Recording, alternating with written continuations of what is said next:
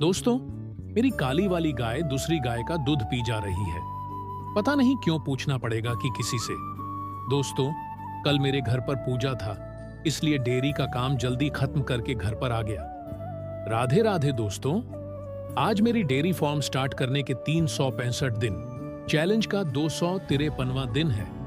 दोस्तों, अब रात को अपनी गायों को घर के अंदर बंद दे रहा हूं, गद्दे के ऊपर, क्योंकि अब ठंड बहुत ज्यादा बढ़ गया है।